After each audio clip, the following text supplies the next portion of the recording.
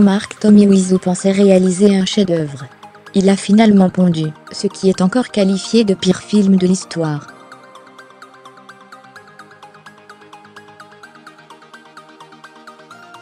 Sortie en 2003, cette romance au scénario sans queue ni tête, au montage bâclé et aux images à moitié floues continue d'électriser les foules.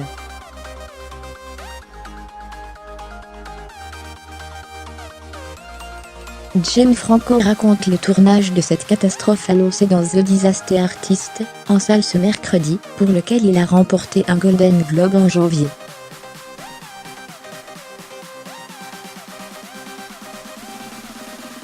Il fait partie de ces films tellement mauvais, qu'ils en deviennent bons. Ces plaisirs coupables qu'il faut visionner au deuxième, voire troisième degré, pour en profiter pleinement.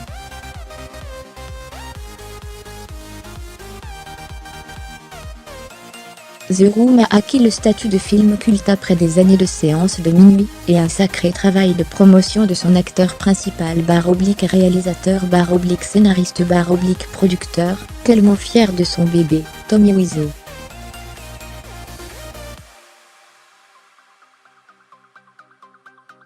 Trop pour un seul homme? Il fait tout, il n'est bon à rien, résume parfaitement bien le site spécialisé Nanarland.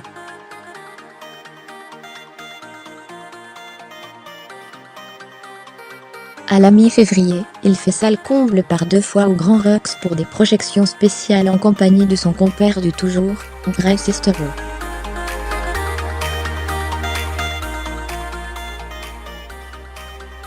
L'ambiance est électrique.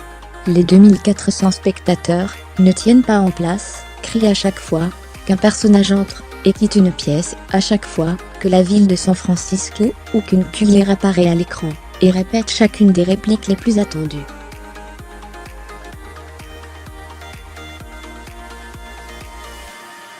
Rendant l'expérience The Room un peu plus particulière pour les novices qui découvraient ce long métrage auréolé du titre de pire film de l'histoire depuis sa sortie en 2003.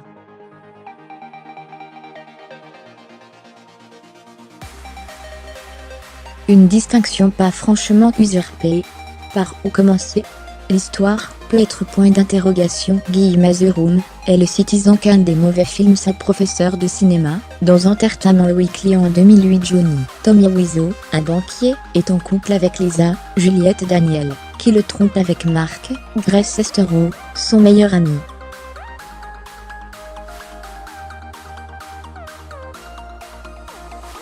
Ajoutez à ce pitch faiblard un scénario qui n'a ni queue ni tête, des répliques incohérentes, des images à moitié floues, un montage plus qu'hasardeux, et des scènes de sexe dignes des téléfilms érotiques des années 1980.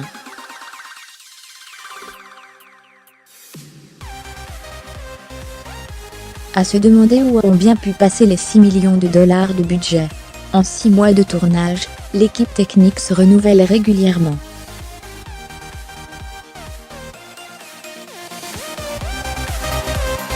Les acteurs vont et viennent. Le script est remanié. Certaines choses ne pouvaient simplement pas être dites.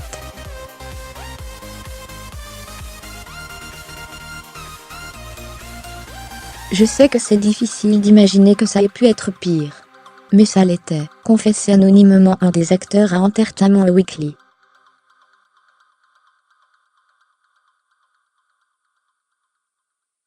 Je voulais tout mettre dans ce film, comme si c'était une salade César, affirme Tommy Wiseau aux Inrocks.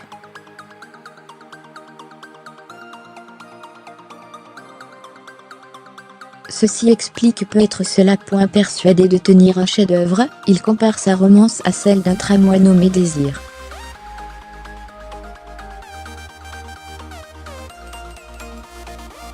Il dépense même 300,000 $ dans un énorme panneau d'affichage à Hollywood pour promouvoir son bijou de sa sortie en 2003.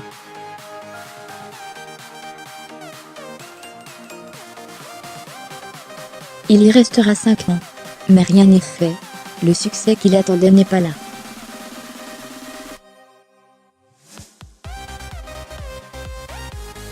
Les acteurs eux-mêmes préfèrent taire le projet. Ce n'était pas un film que je voulais partager avec les gens.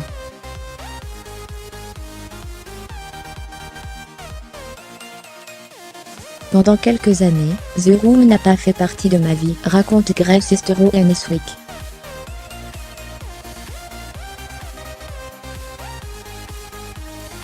En 2008, il est contacté par Entertainment Weekly pour un article autour du culte de The Room, qui attire les curieux lors de séances de minuit mensuelles.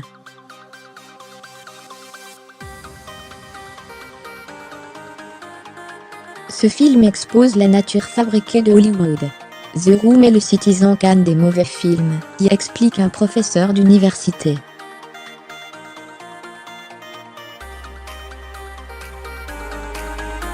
Grace Sestero se lance alors dans la rédaction de The Disaster Artist, un livre racontant les coulisses de ce tournage chaotique.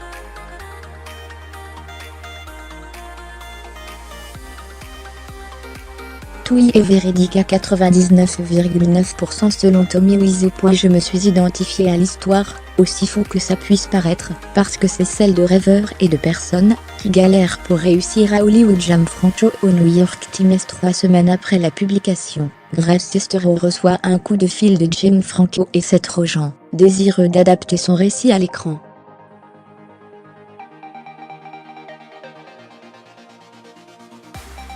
Je lui ai donné beaucoup d'images de coulisses de The Room, c'est pour ça que son film est si authentique, explique-t-il à Newsweek.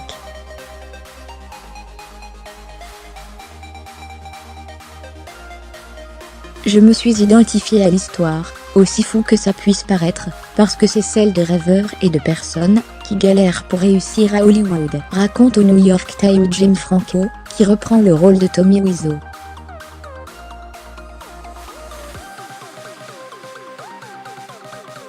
Son frère Dave se glisse dans celui de Grace Sestero. Succès critique, The Disaster Artist décroche 2 nominations aux Golden Globe, une aux Oscars.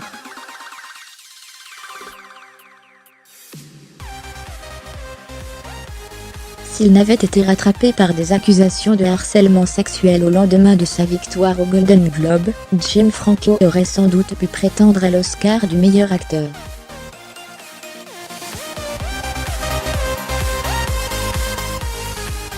De quoi médiatiser un peu plus un Tommy Wiseau en manque de reconnaissance, même s'il se défend de courir après la célébrité.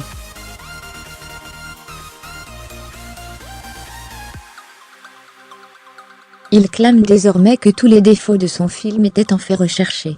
J'ai décidé de faire le pire film jamais, fait en me disant que ça pourrait être drôle, mais les gens ont mis du temps à me reconnaître cette qualité, et ils pensaient que j'avais voulu faire un film sérieux, assure-t-il aux Invoque, rappelant qu'il est même monté sur la scène des Golden Globes avec Jim Franco.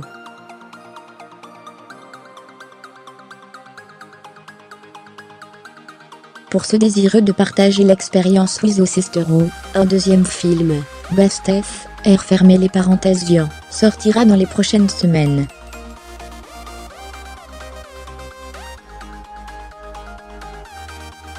Déjà culte ?